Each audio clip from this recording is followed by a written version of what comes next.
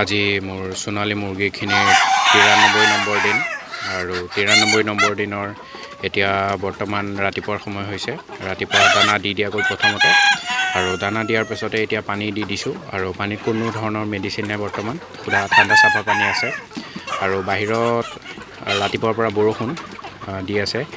এতিয়া বতৰটো অলপমান ইফাল সিফাল কৰি আছে, এদিন ৰ'দ এদিন বৰষুণ। এই ক্ষেত্ৰত মুৰ্গীৰ অকণমান বিশেষ ধ্যান ৰাখিবলগীয়া হয়, নহ'লে মুৰ্গীৰ বেক্টেৰিয়াজনিত সমস্যাই দেখা দিয়ে। সেইকাৰণে আপোনালোকেও পৰ্দাৰ ব্যৱস্থাপনা লগতে মুৰ্গী ফাৰ্মৰ ভিতৰত যিখিনি লিটাৰ আছে, ভুচি আছে বা লিটাৰ, সেইখিনি ভালদৰে পৰিচালনা কৰিব যাতে ভিজি নাযায় ভিতৰত বা সেমেকা হৈ নাযায়, নহ'লে এমনিয়া গেছৰ ফলত মুৰ্গীৰ বিভিন্ন ধৰণৰ বেমাৰে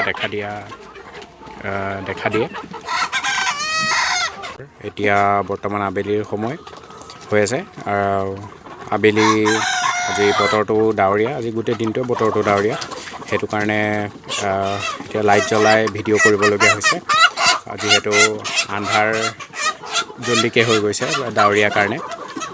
আৰু বৰ্তমান দানা দি দিছিলোঁ, দানা এতিয়া লাহে লাহে দানাটো অকণমান কমাই দিছোঁ, যাতে মানে দানাটো অকণ কমকৈ খাওক, আৰু নহ'লে দানা যথেষ্ট গৈ আছিলে এদিনত। সেই হিচাপত মুৰ্গীৰ বিক্ৰী নাই, সেইটো কাৰণে দানাটো অলপ কমাই দিছোঁ। আৰু পানীত এতিয়া বৰ্তমান কোনো ধৰণৰ মেডিচিন নাই, সুদা ঠাণ্ডা চাফা পানী আছে।